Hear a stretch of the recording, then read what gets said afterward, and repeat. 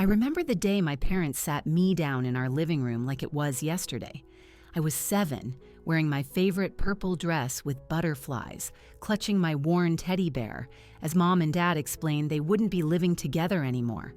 They were so calm about it, no screaming, no throwing things, just two adults who'd fallen out of love, deciding to go their separate ways.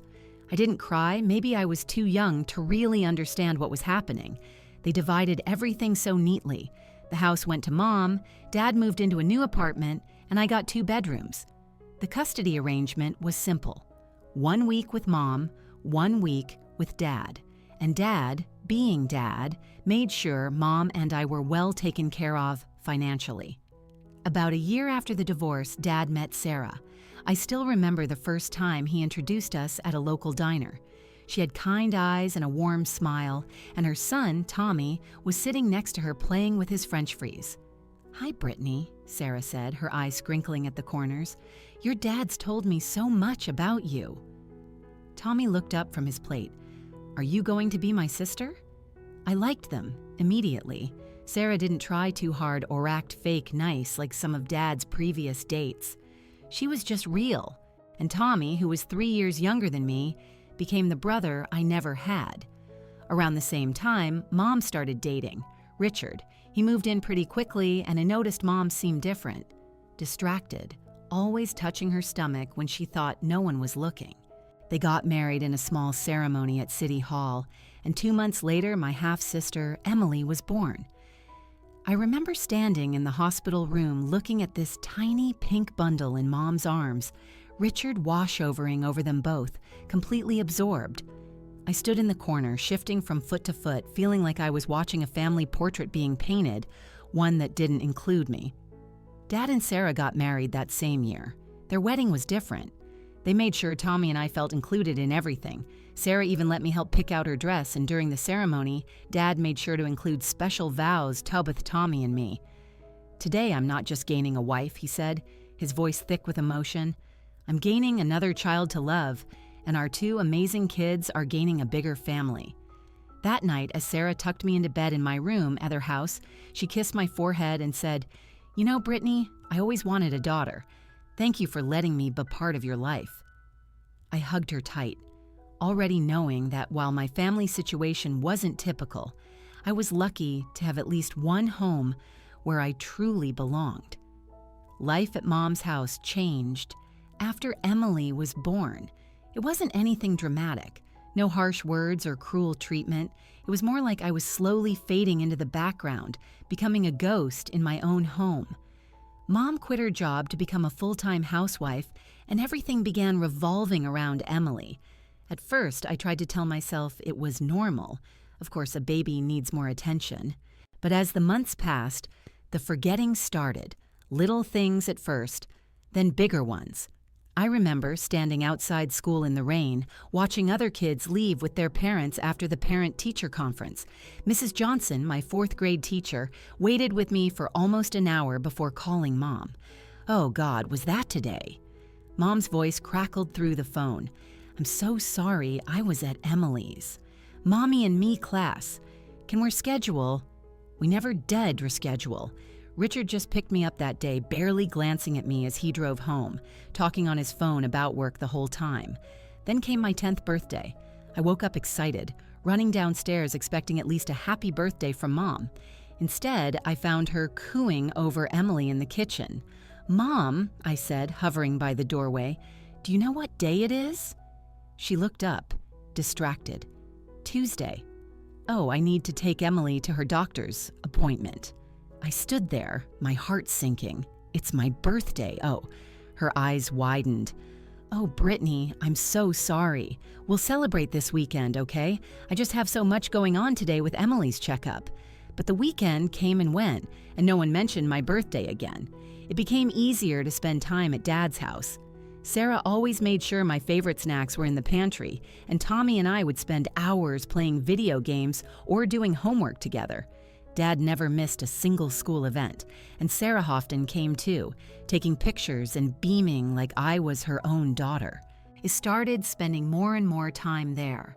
A few days turned into weeks, then months. Mom barely seemed to notice. When I was at her house, she was always busy with Emily, feeding her, playing with her, taking her top lay dates. Richard would come home from work, kiss Emily on the forehead, en retreat to his home office. Sometimes I wondered if they'd ever notice if I disappeared completely. After about 6 months of me basically living at Dad's full time, he decided to make it official. "I called your mom today," he told me one evening. "I think it makes sense for you to live here permanently. You're already here most of the time anyway." And I told her I'd stop the alimony payments since I'm taking care of you full-time now. Within hours, Mom was at the door, all worried looks and loving words. "Sweetie, I've missed you so much," she said, hugging me for the first time in what felt like forever.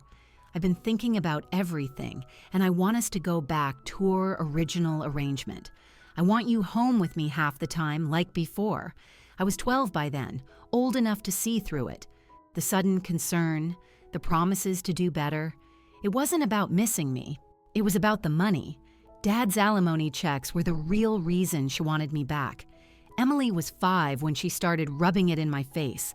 She'd follow me around the house with this smug little smile, dropping her bombs when Mim and Richard weren't within earshot. "Daddy says you're not really part of our family," she told me one day, while I was doing homework at the kitchen table. "He says you're just visiting." I tried to ignore her, focusing on my math problems, but she kept going. "Mommy and Daddy love me more than you." Last night, Daddy told Mommy he was tired of you being here, and Mommy said just wait until you turn 18, then the money stops and you'll be gone. It hurt, of course it did, but I'd learned to build walls around that pain. I had Dad and Sarah who showed me what real family love looked like. I had Tommy, who was more of a sibling to me than Emily would ever be. Still, hearing your own mother basically counting down the days until she didn't have to deal with you anymore, that leaves scars. The years crawled by. Until finally I made it to high school graduation. I sat between my two families during the ceremony. Dad, Sarah, and Tommy on one side, Mom, Richard, and Emily on the other. It felt like sitting between two different worlds. After the ceremony, Dad hugged me tight. "We're so proud of you, Princess." Meanwhile, Mom and Richard were already talking about my departure before we even left the school parking lot. "So," Richard said, jingling his car keys, "have you started packing yet?" They didn't ask about my college plans, didn't care that I'd gotten into the business program with a partial scholarship, didn't even pretend to be interested in my future. They just wanted to know when I'd be out of their hair. 2 weeks later, I moved my things to Dad's house. I remember sitting in his living room, nervous about asking for help with college expenses even though Ike knew he'd never refuse. "Dad, I got accepted to the financial analyst program," I said, playing with the acceptance letter in my hands. "You got a partial scholarship, but..." Before I could finish, Dad and Sarah exchanged glances and smiled. "We've already got it covered, honey," Sarah said, pulling out a folder. "We've been saving for your college fund since you were 8. I spent that summer working at the Silver Spoon Cafe, saving every penny I could. My shifts were mostly morning ones, which left my afternoons free to spend time with my real family. Tommy and I would go to movies. Sarah taught me to cook proper meals for when I'd be living in the dorm, and Dad, well, Dad just kept being Dad, always there with advice or a hug when I needed one. Mom never called to ask about my plans, never stopped by to see how I was doing, never seemed to care that her oldest daughter was about to leave for college, but by then I'd stopped expecting her to care. College life started in a blur of new faces and experiences. My dorm room was tiny but cozy, and my roommate Jenny was nice enough, but we never became close friends. Between classes and my job at the campus cafe, I barely had time to breathe, but I made sure to call Dad and Sarah at least twice a week. They came to visit whenever they could, and Tommy would tag along, complaining about having to carry my laundry basket, but always bringing me my favorite snacks from home. Mom never called, not once. My 19th birthday came and went without even a text message from her. I shouldn't have checked my phone that day, shouldn't have hoped, but old habits die hard. Later that night, I made the mistake of checking her Facebook page. There they were, dozens of pictures of her perfect family, Mom, Richard, and Emily at the beach, Emily's dance recital, family dinners, holiday celebrations, each photo carefully staged to show their happiness, each caption talking about family time and loving my family. I wasn't in any of them, of course. I'd been cropped out of their family portrait long ago. I threw myself into my studies after that, determined to prove that I didn't need their approval to succeed. The years flew by, and before Ick knew it, I was walking across the stage to receive my diploma in financial analysis. Dad cheered so loud you'd have thought I'd won an Olympic medal. After graduation, Sarah approached me with an opportunity. Her brother, Mark, ran a successful investment firm in our hometown, and she'd mentioned my academic achievements to him. The interview with Mark went well. He was professional but warm, reminding me a bit of Sarah in the way he got straight to the point, while still making you feel at ease. "Your credentials are impressive," he said, reviewing my resume. "But I need to be clear, the fact that you're my sister's stepdaughter won't earn you any favors here. You'll have to prove yourself just like everyone else." "I wouldn't want it any other way," I replied. I got the job and rented a small one-bedroom apartment near the office. It wasn't much, but it was mine. I worked harder than I'd ever worked before, taking on the projects nobody else wanted, staying late to perfect financial models, developing comprehensive growth strategies for our clients. The results spoke for themselves. Client portfolios under my management showed remarkable growth, the company's revenue increased significantly, and Mark noticed. He didn't play favorites, but he did believe in rewarding good work. The bonuses and raises came because I'd earned them, not because I was family. The first thing I did with my surprise year-end bonus was buy gifts for me real family. A new golf set for Dad who'd been using the same clubs for 15 years. A spa weekend package for Sarah, who never splurged on herself. The latest gaming console for Tommy, who was still using his old one from high school. Watching them open their gifts, seeing their genuine happiness and surprise, I felt something settle in my chest. I might have been cut out of one family photo album, but I'd found my place in a better one. After 5 years of hard work, I had a solid plan. Every month, I put away a chunk of my salary into my savings account. I'd research the housing market thoroughly, looking for the perfect property. I wanted something modest but comfortable, maybe with a small garden. Most importantly, I wanted to make a substantial down payment to keep the monthly mortgage payments manageable. Then came the phone call that changed everything. I was at my desk, reviewing quarterly reports when my phone lit up with a number I hadn't seen in years. "Brittany, sweetie." Mom's voice was syrupy sweet. "I've been thinking about you so much lately, I nearly dropped my coffee. 9 years of silence and now this." "How are you, Mom?" I kept my voice neutral. "Oh, honey, I miss you. We all do. Why don't you come over for dinner this weekend? Emily's home from college, and Richard's making his famous pot roast." Curiosity got the better of me. That Saturday, I pulled up to my old house in my new Mercedes. Nothing flashy, but reliable and professional. Emily answered the door, looking me up and down with poorly concealed interest. "Nice car," she said by way of greeting. The house hadn't changed much. Same furniture, same family photos on the walls, still none of me. Mom rushed forward to hug me, acting like we'd just seen each other yesterday. "Darling, you look fantastic, so professional in that suit. Richard, doesn't she look successful?" Richard nodded, pulling out my chair. "Weird, you're doing very well at Mark's company. The family grapevine says you're one of their top performers." Throughout dinner, they peppered me with questions about my job, my salary, my car. Mom kept mentioning how expensive everything was these days, especially with Emily in college. "That's such a beautiful watch," Mom commented, reaching for my wrist.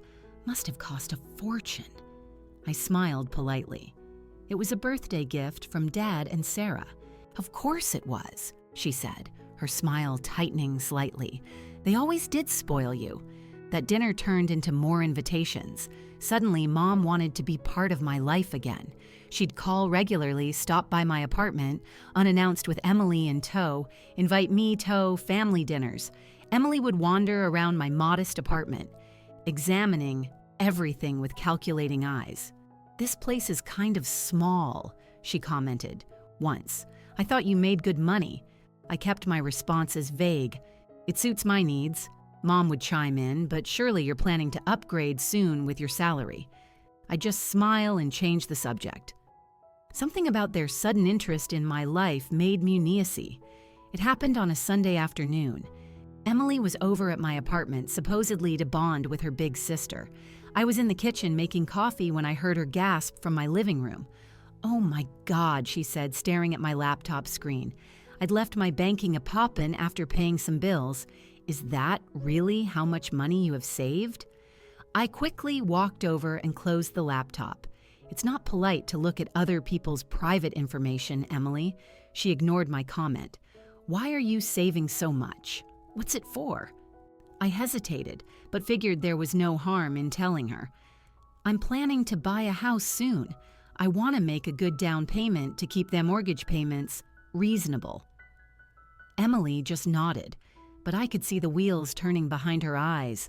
She left shortly after, making some excuse about meeting friends. The very next day, Mom called to invite me to dinner. As soon as I sat down at their dining table, I knew something was up. Mom had that look she used to get when she was about to ask Dad for more child support. "Emily tells me you're quite the saver," she said, passing the potatoes. "That's wonderful, honey. You know, Emily's having such a hard time with college expenses, and she'll need an apartment after graduation." I took a bite of my food, saying nothing. It would be so nice if her successful big sister could help her out, Mom continued, her voice dripping with suggestion. "Family helping family, you know." I put down my fork. "I don't understand what you're getting at, Mom." "Oh, come on, Brittany," she said, dropping the sweet act. "You're clearly doing very well for yourself. Emily needs help with an apartment, and you have more than enough money saved up. It would be the right thing to do." I looked at her, incredulously. "The right thing to do? You mean give Emily my house down payment?" "Well, you're already established in your career," Richard chimed in. "Emily's just starting out. She needs the help more than you do." "I'm not established," I said firmly. "I'm working hard and saving my money to build my own future. I'm not giving Emily my savings." Mom's face darkened. "So you're just going to let your sister struggle while you sit on a pile of money after all we've done for you?" I almost laughed at that. "All you've done for me? Like what exactly? Forget my birthdays, ignore me for years, push me aside for Emily? You're being selfish," Richard muttered, not quite meeting my eyes. "A real sister would want to help. A real mother would have been there for both her daughters." I shot back, standing up. "I'm taking care of myself first. Emily is your responsibility, not mine." The silence that followed was deafening. Mom sat there, jaw clenched, while Richard glared at his plate. Emily wasn't at this dinner, but I could imagine her reaction when they told her later. Poor Emily, whose selfish big sister wouldn't give her a free apartment. 2 weeks after that disastrous dinner, I had to leave for a business trip to Singapore. Mark had trusted me with an important client presentation, and I'd be out of reach for most of the time due to the time difference and packed schedule. "I'll be gone for about 10 days, he told Mom when she called, trying to maintain some semblance of politeness, despite our recent argument. "Just letting you know I'll be out of contact." "Oh, overseas. How nice for you," she replied, her voice oddly interested. The trip went well, but when I landed back home, my phone exploded with notifications. As soon as I turned off airplane mode, banking alerts, dozens of them. My hand started shaking as I scrolled through them. Account transfer, $1,750. The world started spinning. I rushed home, threw open my laptop, and logged into my banking app.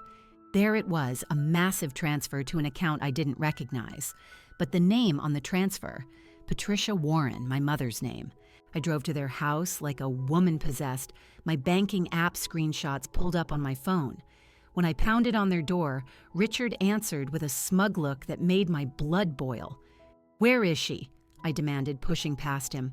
Mom was sitting in the living room, calm as could be, flipping through a magazine. "Oh, you're back. How was your trip?" I thrust my phone in her face. "What is this? How did you transfer money from my account?" She barely glanced at the screen. "I don't know what you're talking about. Don't lie to me. It's right here. A transfer to your account. How did you do it?" Mom finally dropped the innocent act. She put down her magazine and smiled. Actually, smiled. "Fine. Yes, I transferred the money. Emily needs an apartment and you weren't being cooperative, so we helped ourselves." "How did you even get into my apartment?" My voice was shaking. "Oh, honey." She reached into her purse and held up a key. "Remember when I borrowed your bathroom that day I visited? It only takes a minute to make akapi." I felt sick to my stomach. "Give me money back now or I'm going to the police." Mom actually laughed. "Don't be ridiculous. You won't go to the police. I'm your mother. Besides, you can always save up again. You have a good job, no responsibilities. Emily needs this more than you do. We've already found her the perfect apartment." "I'm serious," I cut her off. "Return my money or I'm—" "Or what?" Mom sneered. "You'll send your own mother to jail? Please, you don't have Thespine." Richard grabbed my arm and started pushing me toward the door. "I think it's time for you to leave." "This is your last chance," I warned them. "Give me back my money." Mom's only response was to wave goodbye with a smirk. Richard shoved me out onto the porch and slammed the door in my face. The police station was quiet that night. I sat across from Detective Martinez, my hand steady as I filled out the complaint form. I had everything documented: the unauthorized transfer, screenshots of the banking app, text messages with my mother about my business trip. Richard called me that same night, his voice alternating between threats and pleas. "You need to withdraw the complaint," he demanded. "Do you have any idea what you're doing to your mother? Your mother's crying." I hung up. Let her cry. I'd cried plenty of times over the years because of her. The legal process moved surprisingly quickly. The evidence was overwhelming, and Mom's surrogate admission to the theft didn't help her case. She sat in the courtroom playing the role of the repentant mother, tears streaming down her face as she promised to return every penny. "I just wanted to help my younger daughter," she sobbed to the judge. I let my maternal instincts cloud my judgment. I almost laughed out loud. "Maternal instincts? Since when?" The judge wasn't impressed. "Mrs. Warren, your maternal instincts led you to commit premeditated theft and fraud against your other daughter. The only reason you're not going to prison is that you've agreed to make full restitution and have no prior criminal record." She got a suspended sentence and was ordered to return my money within 30 days. I got a restraining order against both her and Richard just to be safe. Dad and Sarah were with me through all of it. They sat behind me in court, brought me dinner when I was too exhausted to cook, and never once said, "I told you so," about letting Mom back into my life. "You did the right thing," Sarah told me after the sentencing. They needed to learn they couldn't take advantage of you anymore. Tommy, in his typical fashion, tried to lighten the mood. "Well, at least now you know for sure which family actually loves you." He was right. The lines were clear now. I had my real family. Dad, Sarah, Tommy, even Mark, who'd been incredibly supportive through the whole ordeal. And then there were the others: Mom, Richard, Emily, who'd shown their true colors in the most dramatic way possible. 6 months have passed since then. My money is back in my account, earning interest, while I house hunt. I've got my eye on a lovely 3-bedroom colonial with a fenced backyard, just 10 minutes from Dad and Sarah's place. The mortgage paperwork is being processed, and this time I'm the only one with keys to my home. Mom still tries to reach out sometimes, through relatives or mutual acquaintances. She claims she's changed, that she's sorry, that she wants to make amends, but I'm done giving chances to people who see me as nothing but air source toe exploit. Yesterday, I had dinner with my real family to celebrate my upcoming house purchase. As we sat around Sarah and Dad's dining table, sharing jokes and making plans for my housewarming party, I realized something. Sometimes the family you choose is better than the family you're born into, and sometimes letting go of toxic relationships is the healthiest thing you can do for yourself. In 2 weeks, I'll be signing the papers for my new house, Dad already planning to help me paint the walls, and Sarah's been sending me links to furniture she thinks would look perfect in my living room. This is what family should be. People who support you, love you, and would never dream of hurting you for their own gain. As for Mom, Richard, and Emily, they can keep their perfect family photos and their manipulative games. I've got something better: a real family, a clear conscience, and soon a house with exactly one set of keys.